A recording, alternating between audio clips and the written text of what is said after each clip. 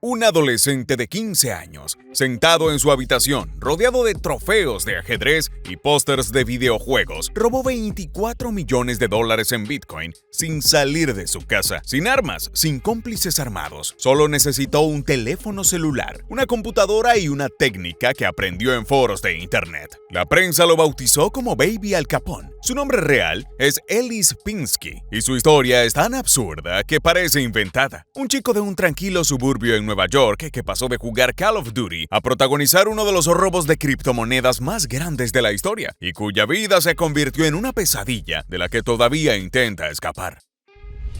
Ellis Pinsky nació en el año de 2002 y creció en Invertonk, un pequeño y apacible pueblo residencial ubicado a unos 40 kilómetros al norte de Manhattan, en el estado de Nueva York. Su madre era médica en el prestigioso centro médico NYU Langone. Su familia vivía en una casa valorada en más de $1 millón.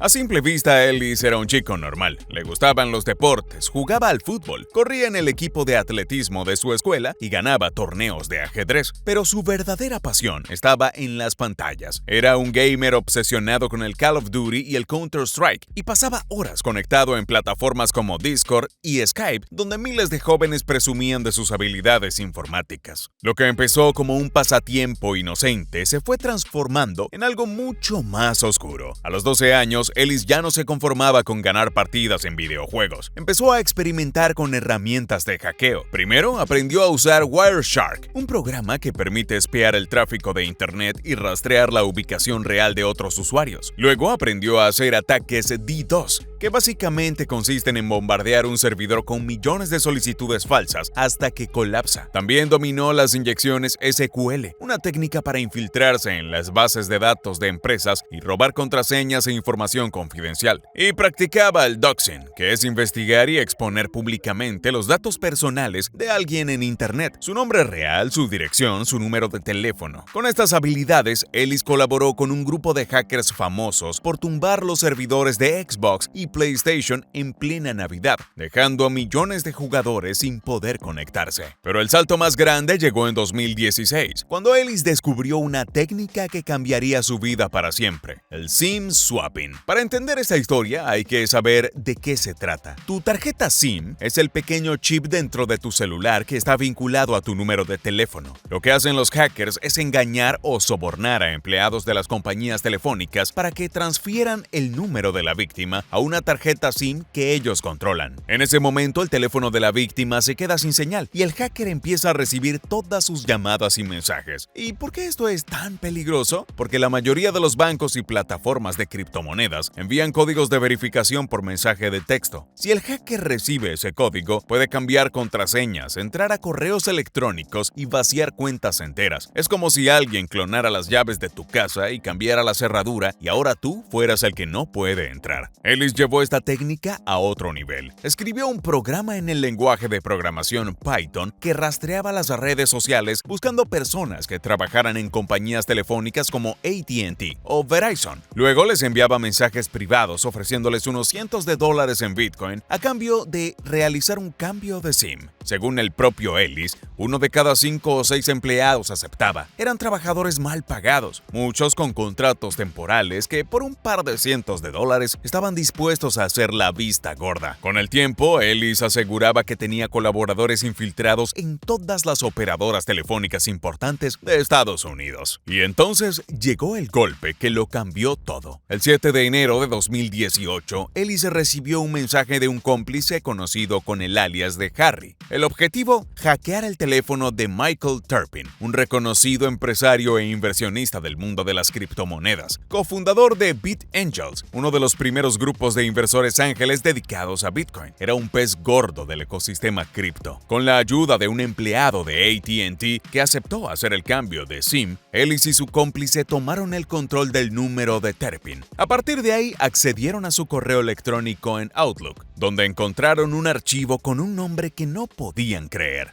Claves. Dentro de ese archivo estaban las contraseñas de varias billeteras digitales. Una de ellas contenía cientos de millones de dólares en criptoactivos, pero no lograron acceder a ella. Sin embargo, en otra billetera descubrieron 3 millones de tokens Triggers, que en ese momento valían $7 cada uno. Ahora solo faltaba convertir esos tokens en Bitcoin para poder usar el dinero. Ellis publicó un mensaje en Twitter buscando a alguien que pudiera ayudarlos con la conversión en Binance, una de las plataformas de intercambio de criptomonedas más grandes del mundo. La operación fue un éxito, aunque no pasó desapercibida. Las comisiones eran altísimas y el precio del token se desplomaba en tiempo real mientras vendían cantidades masivas. Al final, lograron acumular 562 bitcoins, equivalentes a 24 millones de dólares. Ellis Pinsky, un estudiante de secundaria de 15 años, acababa de ejecutar uno de los robos digitales más grandes de la historia. De la noche a la mañana, la vida de Ellis se transformó. Escondió $100,000 en efectivo debajo de su cama, se compró un reloj de lujo y empezó a vestir ropa de marca como Louis Vuitton y Supreme. Sus compañeros de clases pensaban que simplemente era bueno invirtiendo en criptomonedas. Nadie sospechaba la verdad, pero detrás del lujo y la apariencia del éxito, Ellis vivía atormentado por la ansiedad. Cada vez que sonaba el timbre de su casa, pensaba que era el FBI. Sentía como si estuviera viviendo dentro de un videojuego, confesó tiempo después, hasta que me di cuenta de que todo era muy real. Mientras tanto, su cómplice Nick Truglia, un joven de Florida que se encargó de la conversión de los tokens robados, no tenía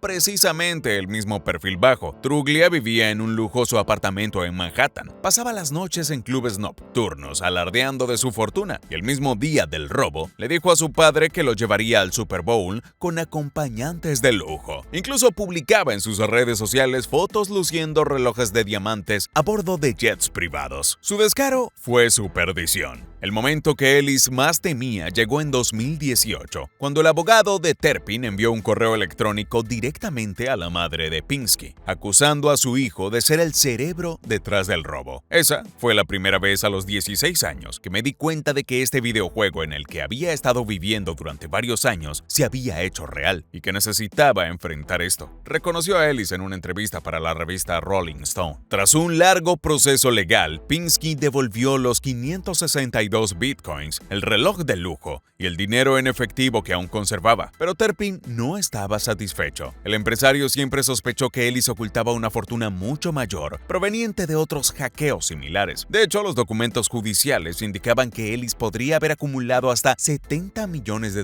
con otras operaciones del mismo tipo. Terpin lo demandó por $71.4 millones, amparándose en la ley RICO, una legislación estadounidense diseñada originalmente para combatir al crimen organizado que permite triplicar las indemnizaciones. Finalmente, en 2022, Ellis aceptó pagar $22 millones a Terpin y testificar contra AT&T por sus fallas de seguridad. Pero las consecuencias no fueron solo legales. Terpin no era el único que creía que Ellis escondía millones. En el mundo del cibercrimen cripto, cuando corre el rumor de que alguien tuvo dinero oculto, la violencia física no tarda en aparecer. Ellis lo sabía y llevaba semanas viviendo con paranoia. Tan grande era su miedo que empezó a ir a un campo de tiro cerca de su casa y compró una escopeta que guardaba en un cajón junto a su cama, al lado de los trofeos de ajedrez que había ganado de niño, y sus miedos se hicieron realidad. En mayo de 2020, 4 hombres enmascarados entraron en la casa de los Pinsky a las 4 de la madrugada. Llevaban cuchillos, cuerdas, puños de metal y una pistola falsa, pero la alarma de la casa se activó y la familia logró llamar al 911. Cuando la policía llegó, encontró a uno de los asaltantes escondido en el sótano y a otro afuera de la casa. Fueron 2 jóvenes de 21 años de Virginia que terminaron arrestados y acusados por el FBI. Después de este episodio, la familia tuvo que adquirir un rifle de asalto y entrenarse con él para protegerse. Un panorama inimaginable para una familia de clase media alta en uno de los suburbios más tranquilos de Nueva York. ¿Y qué pasó con Nick Truglia? Fue sentenciado inicialmente a solo 18 meses de prisión y se le ordenó pagar más de $20 millones a Terpin en un plazo de 60 días, pero Truglia nunca pagó. Los fiscales demostraron que tenía activos por $53 millones, incluyendo criptomonedas, joyas y obras de arte, pero que simplemente decidió no usarlos para la restitución. El juez no se lo tomó bien. En 2025, su sentencia fue aumentada a 12 años de prisión. Un mensaje claro de la justicia estadounidense. En la era digital, robar millones y negarse a devolverlos tiene consecuencias severas. El Lipinski, por su parte, nunca fue acusado penalmente, principalmente porque era menor de edad al momento del robo. Hoy estudia ciencias de la computación y filosofía en la Universidad de Nueva York. Ha desarrollado una aplicación llamada Renter, una plataforma de alquiler entre particulares. Quiero profundamente distanciarme de todas estas cosas, ha dicho. Es tan feo, tan malo, tan asqueroso, no hay nada que desee más que seguir adelante. También ha reconocido que no se juntaría con su yo de 15 años.